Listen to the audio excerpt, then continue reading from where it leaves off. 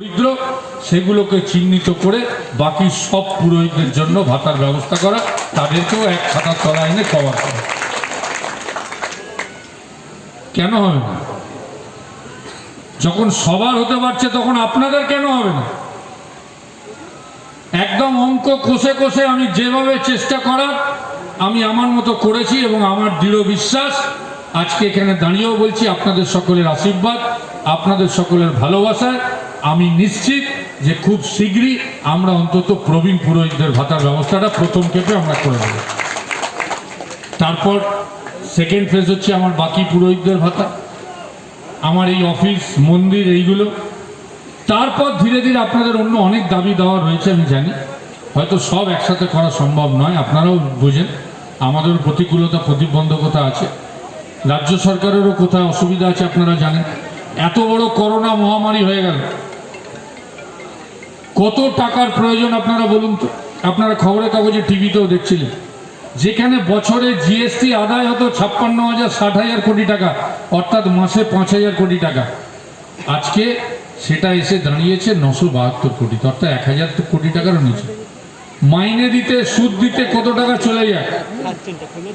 সুতরাং এমনি নানা রকম প্রতিবন্ধকতা রয়েছে, তারপরে আমফান হয়েছে, এই আমফানের সর্বস্ব চলে গেছে, কোথাও থেকে আমরা সাহায্য পাইনি।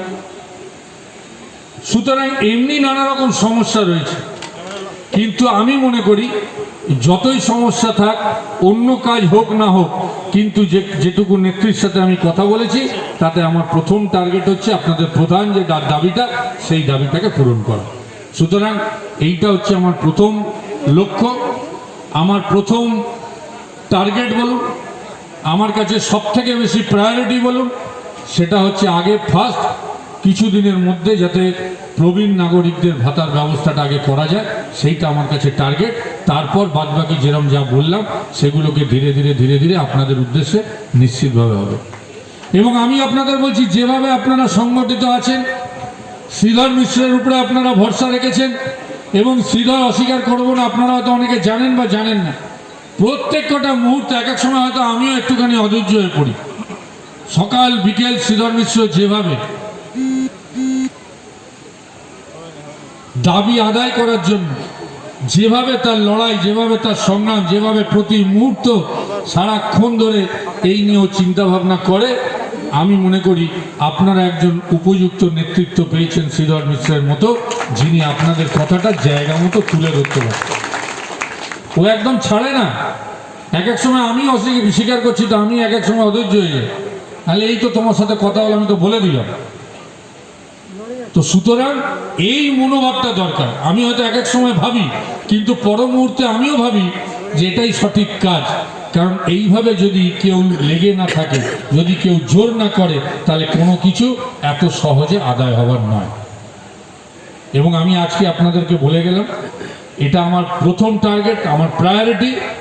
এই কাজটাকে প্রথম দিয়ে আমি শুরু করব, এটা আমার প্রথম ধাপ। একটা আপনাদের জমি দেওয়ার ছিল, যে একটা মাথা গোঁজার জায়গা, সেই জায়গা আপনারা পেয়েছেন।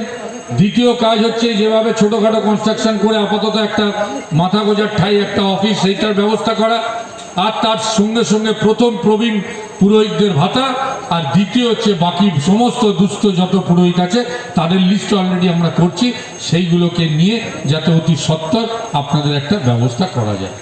হয়তো এটাও সামান্য, হয়তো কিছুই হবে না, এটা একটা সামান্য হয়তো ভাতা, কি হবে, হয়তো বড় কিছু নয়, কিন্তু কিন্তু এই সামান্যটুকু পেলে আমি জানি এরকম আমার কাছে অনেক পুরোহিত এসেছিলেন, যাদের হয়তো ওষুধের খরচাটা তারা জোগাতে পারেন না, যাদের হয়তো সামান্য একটুখানি ভাত ডালের বন্দোবস্ত করতে পারেন না, যারা হয়তো সত্যিকারের এমন অবস্থায় রয়েছেন হয়তো ঠিকমতো পরনের কাপড়টাও তাদের কাছে নেই। অন্তত এইটুকু হলে তারা অন্তত এই কাজটুকু করতে পারবে, এই বিশ্বাসটুকু আমার আছে।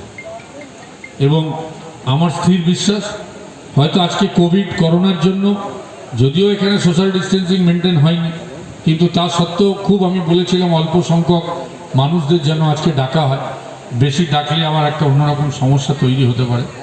সুতরাং আজকে হয়তো অল্প মানুষদের নিয়ে আমরা করেছি, এবং এরপরে আমাদের টার্গেট হচ্ছে যে নিশ্চিতভাবে আবার ওই আমব্রেলা অর্গানাইজেশন, যেটা আমরা সারা বাংলা জুড়ে যেভাবে আমরা করেছি, আগামী দিনে একটা স্টেপ আমাদের হয়ে গেলে, অর্থাৎ প্রবীণ না পুরোহিতদের ভাতা বেরিয়ে গেলে আমরা আবার বসে একটা মিটিং করে কিভাবে বাকিদেরকে কভার করা যায় সেই লিস্টগুলো আমরা অলরেডি বিভিন্ন জায়গা থেকে কালেক্ট করছি।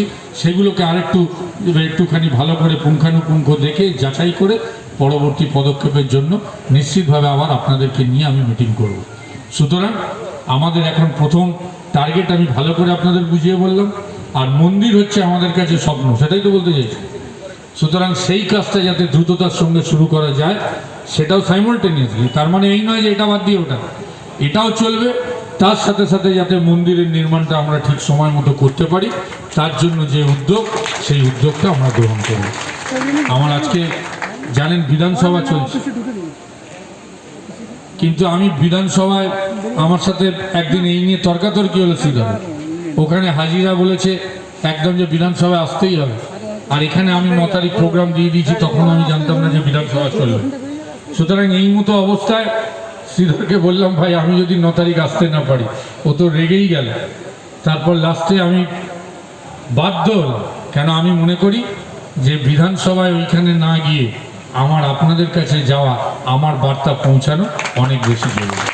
সেই কারণে আজকে আমি সেখানে না গিয়ে আপনাদের এখানে এলাম, এবং সাথে সাথে আমার যেহেতু 9 তারিখে 2টো প্রোগ্রামই আমার নামে ছিল, একটা কথা দিয়েছিলাম এখানে যাব, এখান থেকে আমি একটু হিজলিতে যাব, আমার একটা ইম্পর্টেন্ট মিটিং আছে। আমি 2টো প্রোগ্রামকে ওই জন্য আমি কন্টিনিউ করলাম। আমি হয়তো থাকতে পারছি না, আমি অত্যন্ত আনন্দিত যে শ্রীধর এখানে যেভাবে আপ্যায়ন দিলেন, ওনার মা আমার মা, আপনাদের সকলে নিশ্চিতভাবে মাথা, তার হাতের যেটুকু তিনি কষ্ট করে রান্না করেছেন, আমাকে কবে থেকে বলছেন যে একটু হলেও খেয়ে যেতে হবে। আমি খুব আনন্দিত। হয়তো আপনাদের সকলের সঙ্গে একদিন আমার ইচ্ছা আছে, এখন নয়, যেদিন প্রথম প্রবীণ পুরোহিতদের ভাতা বেরোবে আমি শ্রীধরকে বলে গেলাম, তারপরে একদিন একটা বড় আয়োজন আমরা এইভাবে করব, আর আমি আপনাদের সাথে বসে সেদিন খাবো, সেদিন আপনাদের সাথে বসে আমি খাবো, আমি কথা দিয়ে গেলাম। আমি হয়তো এটা করি, আমি খুব একজন সাধারণ মানুষ, আমি ভাবি আমাকে হয়তো মন্ত্রী হিসাবে আপনারা ধরবেন না, আমি নিজে সবসময় মনে করি আমি একজন সাধারণ কর্মী, আমি সাধারণ মানুষ আপনাদের মতো। সুতরাং আপনাদের সাথে মিশতে পারলে, আপনাদের সাথে থাকতে পারলে সবথেকে বেশি ভালো লাগে। আর আমি আবার বলছি, ঈশ্বরের আশীর্বাদে, আপনাদের আশীর্বাদে হয়তো আমাকে অনেক কিছু আপনারা দিয়েছেন, ঈশ্বরও দিয়েছেন। সুতরাং আমার নিজের জন্য আর চাওয়ার কিছু নেই। আমি আজ অবধি আমার পরিবারের জন্য কোনো কিছু চিন্তা করি না। আমার যেটুকু চিন্তা পশ্চিমবঙ্গের মানুষের জন্য, আমার যেটুকু চিন্তা আপনাদের জন্য। সুতরাং সেই চিন্তা আগামী দিনেও জারি থাকবে। আপনারা মায়ের কাছে প্রার্থনা রাখুন, আরও বেশি করে প্রার্থনা করুন যাতে পশ্চিমবঙ্গ রাজ্য সনাতন ব্রাহ্মণ ট্রাস্ট আরও বড় হয়, আরও বেশি করে আপনাদের কাজ করতে পারি, আর যেন আমরা সবাই যারা এই দায়িত্বে রয়েছি তারা বেশি করে যেন আপনাদের সেবা করতে পারি, আপনাদের পরিষেবা দিতে পারি। এর বাইরে আমরা কিছু চাই না। এইটুকু বলে আপনাদের সবাইকে ধন্যবাদ, কৃতজ্ঞতা, নমস্কার। আমার সকল গুণীজনরা এখানে রয়েছেন, ব্রাহ্মণ পুরোহিতরা সবাই আমার সম্মানীয়, তাদেরকে আমি নতমস্তকে প্রণাম জানাই। কারণ আমি আলাদা করে আপনাদের কাছে পৌঁছাতে পারলাম না, আমি আপনাদেরকে প্রণাম জানিয়ে আমার বক্তব্য শেষ করলাম। বন্দে পুরুষোত্তম।